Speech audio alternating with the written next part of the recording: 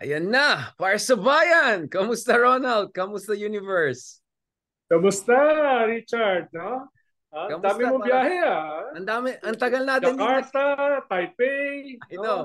And then parang tagal natin din nakita biglang wait, kanina umaga pag kung sino pa yung late, yun pa yung una may tanong.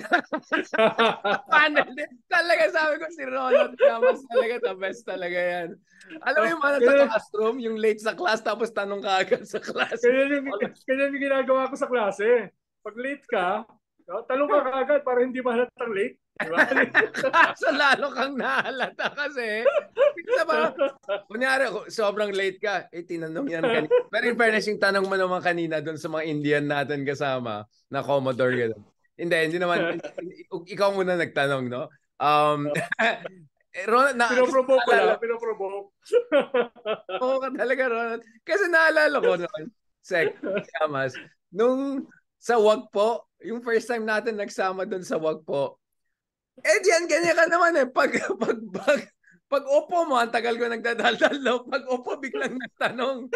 Sabi ni, sabi ni, sabi ni Lord de Vera, ito po yung mga ano, yung biglang gigising doon sa kwarto, sa dormitory. Pag gising pala, may tanong sa agad. Ang ganda nung, ano eh, yung example ni Lord de Vera. Ito yung mga makulit mong kador. Gising pa lang may tanong, nakisali ka agad sa Discord. Oh, saan ka galing, di ba? Ay talagang, the best ka talaga, Hindi, Secretary Yaman. yan yung mga hindi papahuli ng buhay. Tawag dyan. Buti pa buhay eh. Hindi, talagang ibang klase. Alright, speaking of ibang klase, kakabalik lang natin sa minamahal natin bayan. Hmm. Medyo ano na, back to reality kagad, di ba? So, speaking of back to reality, yung mahal natin bayan, obviously, nagte-trending na naman itong issue ng confidential fund na, of course, I mean, it keeps on coming back. Hindi, parang everyone talks about what's confidential. So, like, parang medyo weird.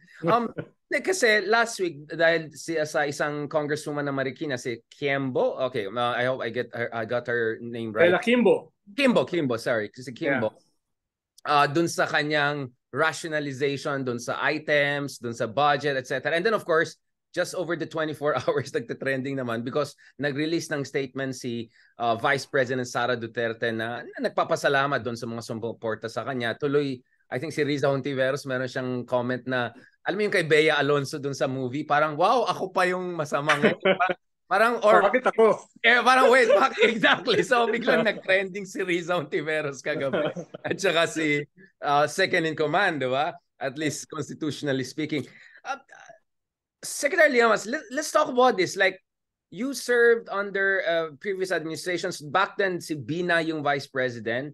So may Noybi ka, so hindi naman totally kaaway. And then of course, you had you had Lenny Robredo. Is this size of the confidential fund and the process by which the confidential fund was, I mean, I don't know, inserted, financed, whatever, by the Congress, is this unusual? What's going on there? Yes, medyo weird itong confidential funds na ito, lalo na for the Vice President. Dahil ang alam ko, historically, wala namang intelligence fund si Binay at saka si Lenny Lenny. Yeah. Robredo. Yung presidente meron, no? Pero mismo yung presidente, mismo si Pinoy, yung kanyang intelligence fund ay lumaki lang nung last 2 years o last 3 years ng kanyang termino as presidente. Nung simula maliit lang eh, no? Dahil nga dumadami na yung mga problema later on, halimbawa sa Maute, halimbawa sa ISIS, no? Etc. So lumaki yan halos 10 beses nung panahon ni Duterte, no? Nung panahon niya. Alam ko yung last 2-3 years ni Duterte ay almost 5 billion eh yung intelligence funds, no?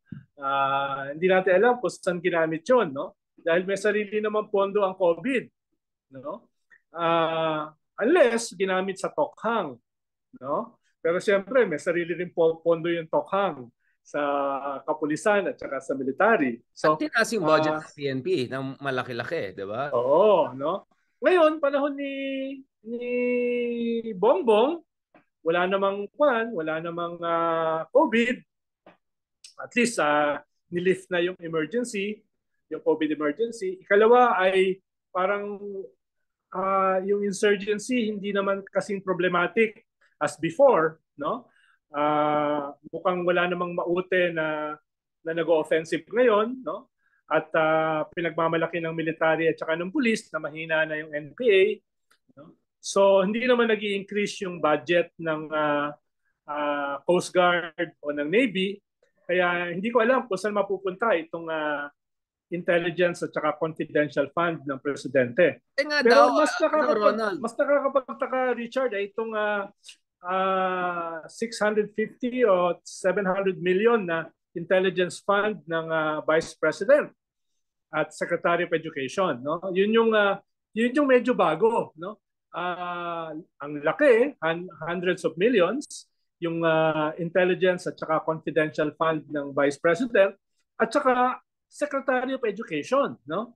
So, yun yung medyo weird, no? Saan gagamitin yan? At kung ikukumpara, halimbawa sa mga tunay na intelligence agencies katulad ng NICA or yung involved sa intelligence katulad ng National Security Council, napakalayo ng intelligence at saka confidential fund ng Vice President at saka ng as Secretary of Education, no? Yun yung medyo weird dito eh. Lalo na mismo yung Department of Education, may mga cuts siya dun sa mga programs niya, yung budget ng DepEd. Tapos lumalaki yung intelligence fund, lumalaki yung confidential fund for surveillance. Sino yung subject ng surveillance? Kaya nung nagkaroon ng hearing sa Kongreso, naasar yata si Vice President Sara Duterte, nag-walk out. Dahil halimbawa, yung naging controversial ngayon, yung 125 million na binigay ng Office of the President sa Vice President para sa kanyang confidential fund, ginastos for 19 days, which means almost 7 million a day yung ginastos. Tinatanong siya, saan ginamit? No? Parang masyadong malaki. Ikalawa, ano yung legality at saka constitutionality na binigyan siya from the Office of the President, no, na wala naman sa kanyang appropriations, no, na wala naman sa GAA, wala naman sa GAA. Diyan nagsimula yung debate. Can I just state this? You pointed out something very important. So, ito yung statement ni Congressman Kimbo, no, na sabi niya doon sa isang interview sa ABS-CBN, sabi niya yung line items for quote confidential intelligence funds already existed in 2022. But the amount was zero. So parang unfunded item and then biglang may laman na like, isn't that, I mean, none of us are fiscal law experts here, but like, I don't know, that's kind of weird. So ayon kay Congresswoman Castro, misinformation yan, di ba? And I think, you know, the former central bank governor, when he gave a speech about na medyo parang sabi kinakaya niya isang top graduate ng School of Economics ng UP, parang now you have an idea who he was referring to, no? So what's going on there? Like, wala naman daw fund. May item pero walang laman, tapos biglang nagkaroon ng laman. Like, di ba? I mean, this is the power of the Congress to allocate funds. So if this is done outside, the reason I'm asking you is because you had the DAP situation, right? Panon ni Pinoy. So ang marinig mo ngayon, yung opposition nagrereklamo, bakit nung panon ni Pinoy, ganito, ganyan. I mean, we had a separate interview with si Budget Babe, no? Si Suzara, who explained this. Pero doon sa mga nagsabi, panon nyo naman sa panon ni Pinoy, may DAP naman kayo, so huwag kayong magreklamo. Like, do you think there's a very basis to that kind of comparison? Not that two mistakes make it right, but what's the difference between the DAP situation under Butch Abad and all and this one? Just for the sake of argument, yeah. Well, dahil nga sa case na yan, yung sa DAP, dahil nga sa case na yan, yung Araulio versus Aquino, ay nagkaroon ng ruling ang Supreme Court. Ang ponente pa noon ay si Justice Bersamin mismo, na ngayon ay Executive Secretary. Siya mismo ang ponente. Sinabi niya, kung walang appropriations, no, hindi pwedeng mag-transfer ng fund from another department, no? So may ganun siyang klarong ruling, no? Kaya before walang ganung ruling, ngayon meron na. At yun na, mismo si Justice Bersamin na Executive Secretary ngayon ang nag-rule na kung walang appropriations, hindi pwedeng mag-transfer ng funds kahit savings, no? Kaya yung sinasabi ni Stella Kimbo ay pwede dahil meron namang heading meron namang title, no? Kahit walang appropriations. Eh yun nga yung sinabi ni Justice Belsamin kung walang appropriations, eh di wala, no? Kahit sabihin mo na may title, kahit sabihin mo na may heading, kung wala namang laman, di walang appropriations, no? Yun yung sinasabi ni former Senate President Drilon, yun yung sinasabi ni former Senate President Coco Pimentel na hindi pwede. Dahil meron na clear na jurisprudence. Dahil nga dun sa DAP issue. Iba yung before, iba yung after nung DAP. No? So ngayon medyo klaro eh. Ngayon medyo klaro. Sinabi rin ng Supreme Court na inaffirm din naman ng ombudsman sa separate case na wala namang irregular dun sa nangyari nung panahon ng DAP. Kaya nga wala namang punitive charges na ginawa for the president at saka sa budget secretary. Parang sinabi nila na walang malis yung error nung panahon na yon. Pero ngayon, meron ng clear jurisprudence Richard. No? Kaya pag sinabi ni Stella Quinbo na, wala ngang appropriations pero meron namang title, medyo nakakatawa. No? Medyo nakakatawa. Kaya sabi ni former Senate President Drilon, former Senate President Coco Pimentel, merong president. Hindi pwede yan. That's unconstitutional as well as illegal. So, in short, Quimbo's argument would make sense in 2014, pre-2014. Before. Right? So, medyo 10 years late yung kanyang argument, di ba? Medyo. Si Bersamin, as Justice said this, and then now as Executive Secretary, maybe the argument is maybe he's saying something different. Like, so Quimbo is correct except 10 years late, right? Because ni Pinoy ni Butch Abad when they were doing, kasi of course the whole point of the DAP was to make sure hindi masayang, hindi magkaroon ng underspending, there's a more efficient not only allocation but deployment of funds, even though constitutionally the power of the purse is with the Congress. But exactly that's why you had the DAP ruling whereby the Supreme Court clarified na hindi pwede makialam ang executive dun sa power of the purse ng Congress. Yes. So yung ginagawa ng itong realignment, mali yan, bawal yan. So Quimbo is right except wrong in the past 9-10 years or something like that, right? Okay, so ang pinag-uusapan dyan, Richard, is just the 125 million last December. No? Ibang usapin pa ngayon, yung usapin ng intelligence fund ng Vice President na 500 million, tapos yung 250 million na confidential fund, intelligence tsaka confidential fund ng Secretary of Education, no? Okay ba pa 'yon, no? Na sobrang laki at saka hindi malinaw yung reporting. Sabi kasi ni Senator Angara, dapat meron niyang plano, dapat meron niyang indicative plan, dapat meron niyang reporting. Kahit iba yung rules diyan ng COA na hindi naman kinakailangan niyang dumaan sa procurement laws, bidding laws, etc. No, kailangan din kahit papaano meron kang something indicative, no? Paano mo gagastusin at ano yung pinaggastusan? Kahit hindi ganoon ka-stricto yung COA. Kahit yun kasi walang maipresente si Secretary Vice President Sara Duterte. Kaya nagkagulo sa Senado, no? Tapos medyo naasar yata siya dahil pag tinatanong siya ng mga senador, pinapasa niya yung pagsagot sa kanyang mga staff, sa kanyang mga undersecretaries, no? Pero nung nagtanong si Senator Hontiveros, hindi pumayag si Senator Hontiveros na ipasa sa kanyang staff yung pagsagot. Ang sabi ni Senator Hontiveros, pwede bang ang sumagot yung secretary mismo?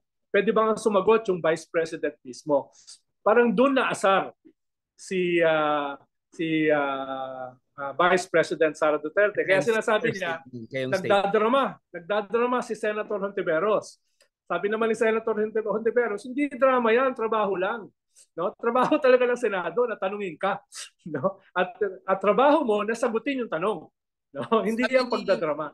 Sabi ni the third parliamentary courtesy. So paalam na, di ba? Parang royalty na tayo yun. Courtesy to the king. Oo nga, royalty no? Parang yan ang mahirap pag spoiled ka No? Nagiging bratty pag spoiled. Wala akong Buti na lang, sinabi. Richard, hindi ka spoiled, no?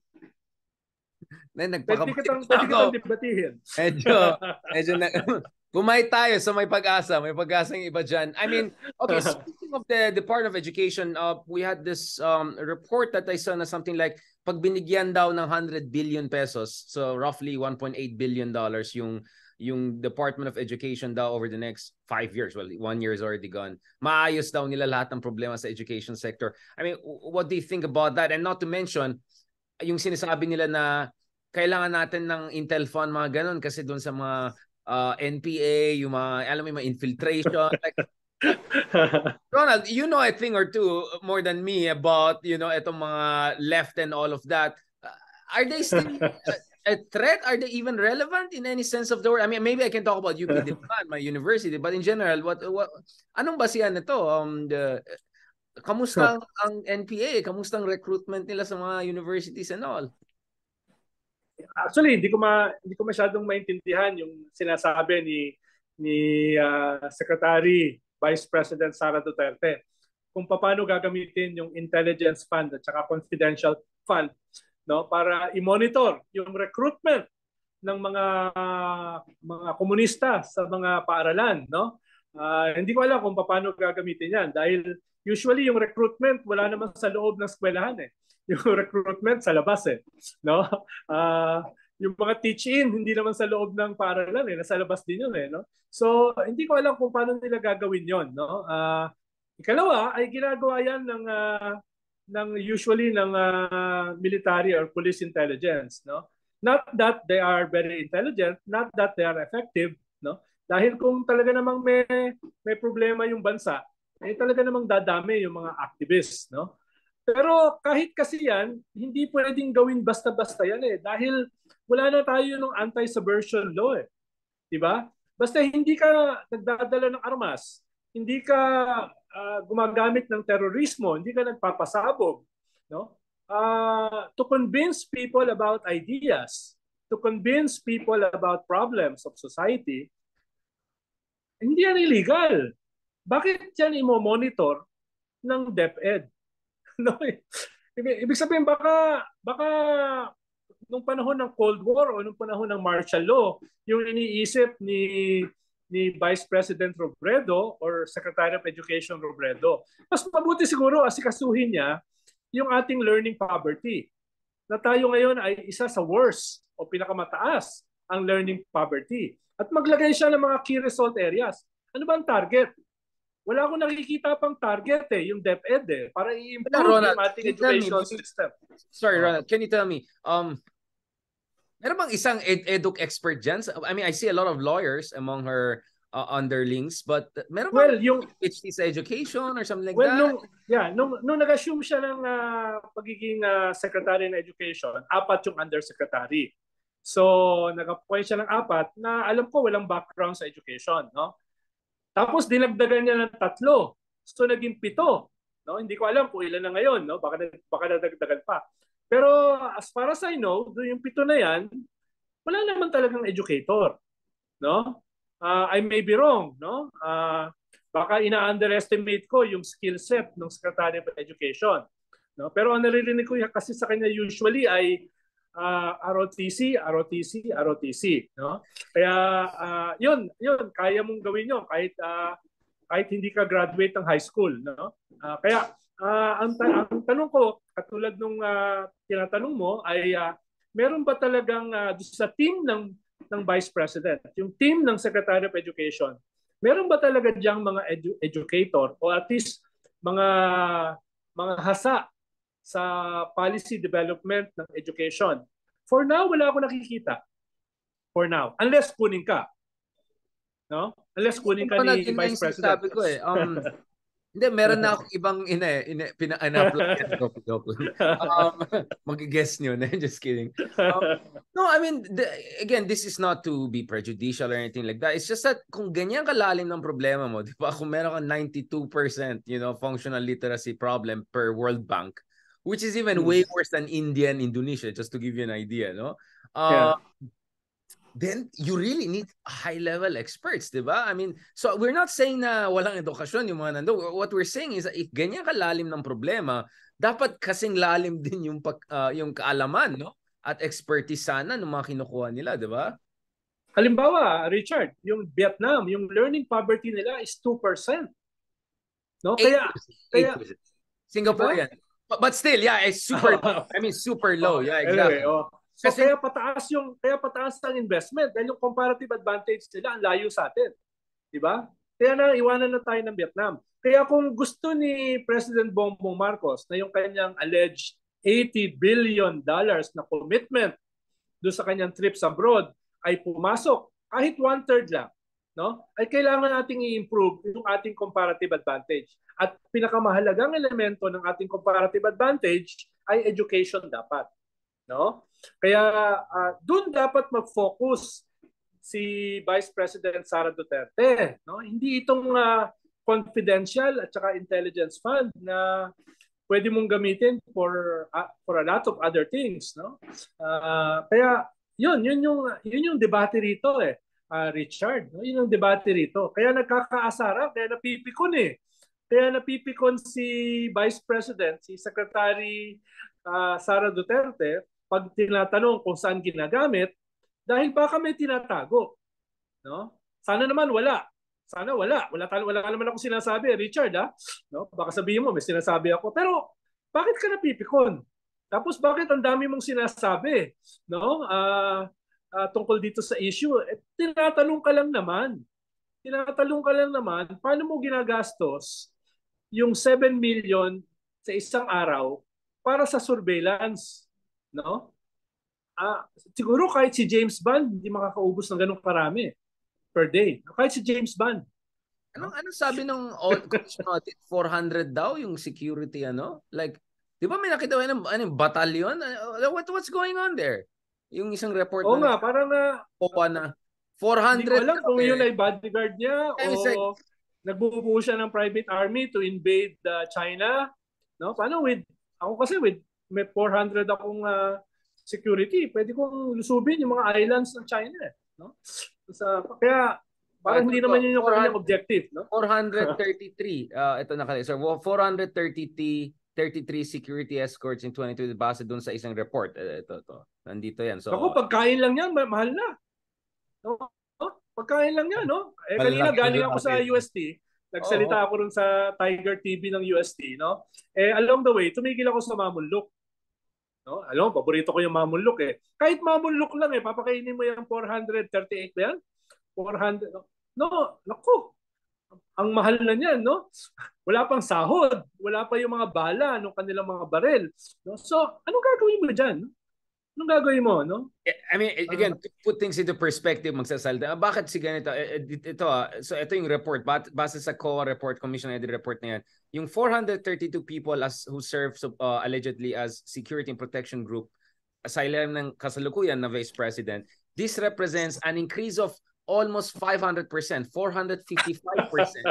From the 78 military personnel under the Office of President nung panahon ni Leni Robredo. So, it's not that Leni did not have, pero medyo 455% increase. Medyo level na yan. Ito, base sa COA report. Hindi tayo, nagsasalita lang po kami, huwag kayong magalit sa amin. We're just, reading the report. Medyo surreal na yan. Medyo surreal. Ang hirap na ipaliwanag. No? Not in the stretch of the imagination. Or maybe Ronald, explain na. Well, hindi ba DND ang gusto? O hindi ko nakuha mo yung... Sa bagay. Gawa ka ng sariling di ba? Sa bagay, no? Yeah. I mean... Actually, with 400 plus, baka kaya mo na mag-launch ng kunyan, Richard. Kung isipin mo, kung meron kong malaki yata ito, Ronald, doon sa Sultan Attack sa Sabah, di ba? Noong 2030. Yan, di ba? 200 yata yun Yung mga tausog. Di ba? 200 sila yung sumugod sa Malaysia. 150 lang yun Balap nila sakupin yung buong Malaysia, di ba? Yung buong Sabah. Nagpanic yung Malaysia, di ba? Nagpadala ng artillery, F-fighter, fighter jet, 200. Nagkagulo dahil hindi sanay sa gera ang Malaysia. Malaysia, diba? Medyo sarap buhay. Sarap buhay sa Malaysia, yung mga nasa Kuala Lumpur. Parang sila Fidel Castro at sila Che Guevara. Mga 80 lang yung tao nila nung balak nila i-invade yung Cuba, di ba? Yeah, exactly. So, So, you never know. You never know. All right, bago tayo makalitan ng, alam nyo na, mag-transition tayo to another very interesting topic. So, of course, ito yung topic na just as when we were, wait lang, hindi, tapusin natin to. Let's go to the next episode. Maraming salamat, Secretary Yaman.